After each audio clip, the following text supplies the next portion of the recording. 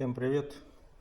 У нас сегодня попробуем снять короткое видео больше для хозяина вот этой его машины Audi A5 S-Line. Так, в чем заключается неисправность? Неисправность заключается в том, как я понял, больше после того, как тормоза прогреются, у нас при торможении, особенно на маленьких скоростях, въезжая, например, в паркинг где-то,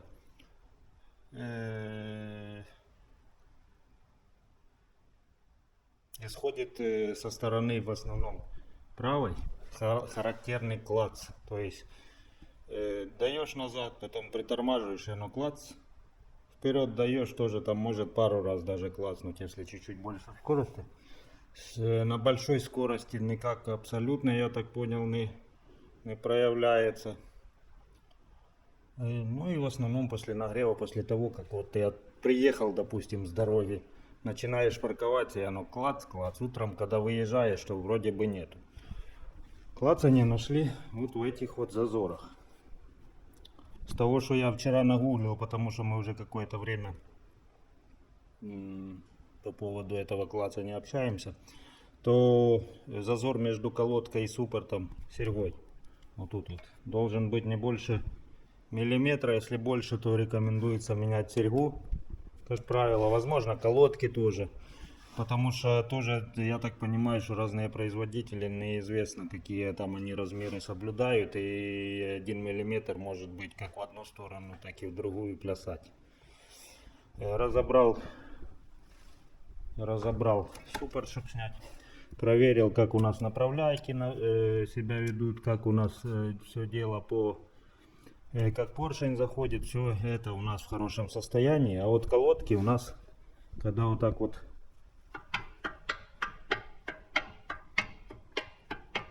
делаешь, то слышен характерный клац, тот самый, который мы слышали. Ну и соответственно, когда все это дело прогреется, то я так понимаю, что у нас же тут чугун наш расширяется, и клац у нас еще больше, еще характернее, потому что накладка тут металлическая, тут чугун. Чугун, с того, что я помню, расширяется больше при нагреве. Возможно, я ошибаюсь, поправьте меня в комментариях. И думаю, что после нагрева оно ведет себя намного громче из-за этого. Колодка у нас внутренняя, приклеенная к суппорту пружинкой, поэтому она клацает меньше. Так, давайте я вас пока поставлю, привяжу суппорт, чтобы он у нас не упал, и попробуем изобразить что-то еще. Смотрите, вот у нас внутренняя колодка, и вот мы суппорт сняли, и какое у нас после этого. Вот в данный момент серьга абсолютно холодная. Видео, конечно же, больше снимается для хозяина. Денису привет. Так что это на холодную опять же. Плюс у нас вот тут вот такие вот характерные ржавые следы, больше с верхней стороны. То есть больше, я так понимаю, внизу плотнее оно сидит и меньше клацает, поэтому не такое ржавое. Вверху оно больше клацает и не так плотно сидит, ну и более ржавые, соответственно. Что будем делать? Хотели менять серьги по номеру прошли абсолютно не такие. Не знаю, в чем прикол. У кого такие автомобили, пишите, какие у вас серьги такие стоят. У нас пришли такие, по креплениям они по вот этим болтам абсолютно идентичны, только вот тут направляйки у нас другие. Кстати, можно даже идемте покажу вам.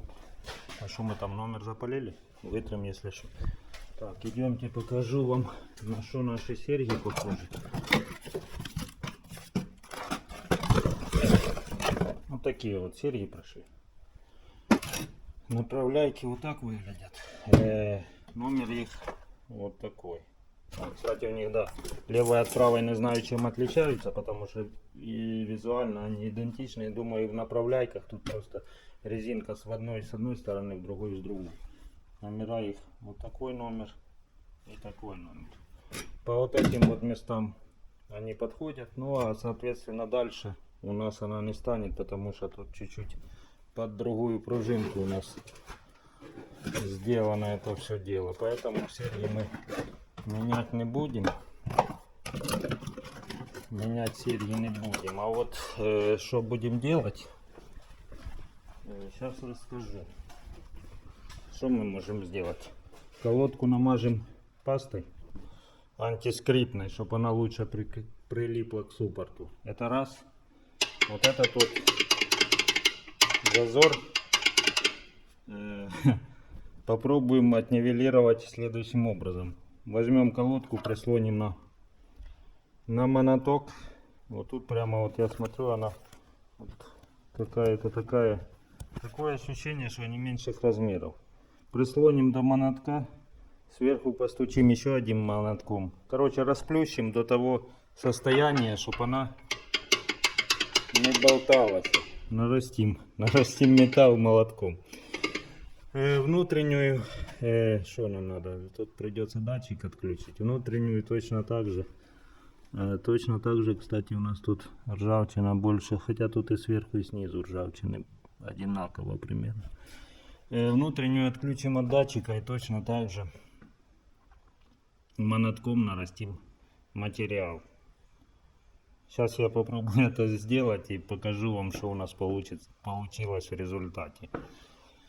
На правую сторону, отверткой ковырну, посмотрим. А можем сейчас, пока оно, пока у нас колесо тут стоит, можем отверткой ковырнуть и изобразить, насколько она у нас ходит или не ходит. Ну, тут тоже у нас она ходит, но почему-то стучит больше с левой стороны. Не знаю почему.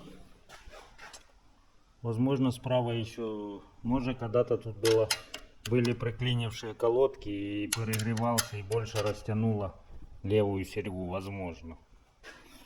То есть вот этот вот размер, возможно, справа, слева больше, чем справа. Может такое быть, может такое быть. Мерить я этого не буду. Сейчас вытягиваю колодку, плющим ее и покажу вам результат наших деяний. Настучал по колодке по шляпам. Где она, кстати? Вот она, колодка наша. Вот так вот она постуканная выглядит. Сначала стучал просто молотком, вот так держал и молотком стучал. Потом посмотрел, что мне довольно-таки удобно вот так, потому что мне именно вот это место надо расплескать. Ставил один молоток, ну и сверху стучал вторым молотком. Довели колодку до вот такого состояния. Если будете что-то такое делать, то болгарка у нас тоже работала. Вот эти вот перестучал я чуть-чуть, подпиливал внутренние, потому что в какой-то момент у меня перестала колодка уходить. Не забывайте, тут ржавчины мало. В других видео я показывал, как чистить ржавчину болгаркой, щеткой. Вот эти места должны быть без ржавчины. Вот так вот должны выглядеть. Красиво. И в какой-то момент у меня колодка просто начала не входить туда. Чуть-чуть подпилил вот эти вот, ну, я увидел, посмотрел и увидел, что вот эти вот у меня не входят. Внутренние части чуть-чуть подпилил и довел ее до такого состояния. Если будете что-то такое делать, не забывайте, что колодка должна у нас вот так вот, во-первых, минимально стучать, ну, потому что минимальный зазор там все равно присутствует, но и должна ходить. Вот этот вот стукоток мы уже оставим, потому что если мы настучим еще, то у нас будет уже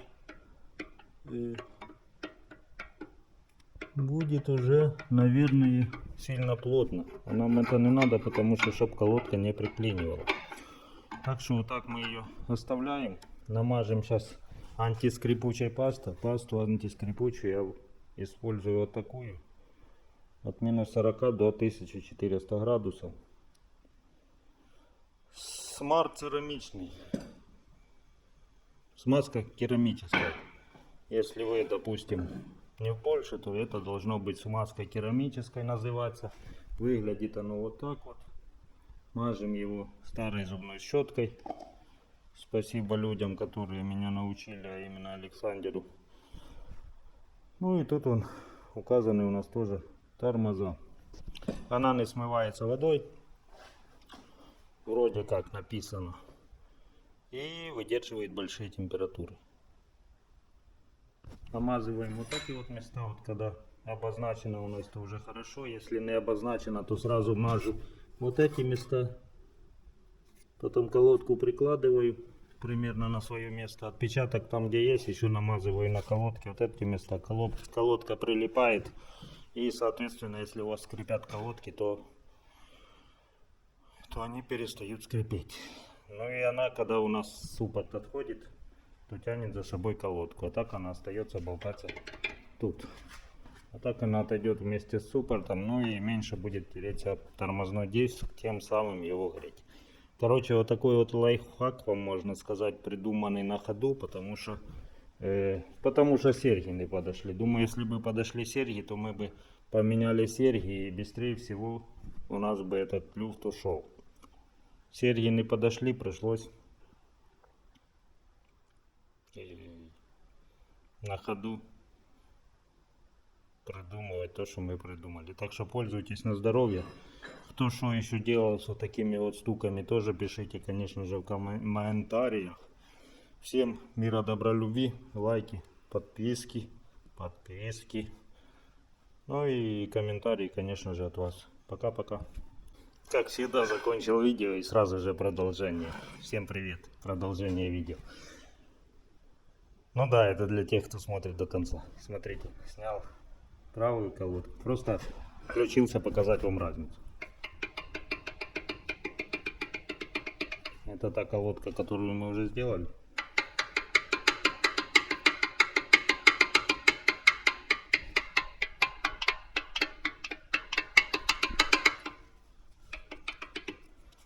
А это колодка, которую мы еще не сделали.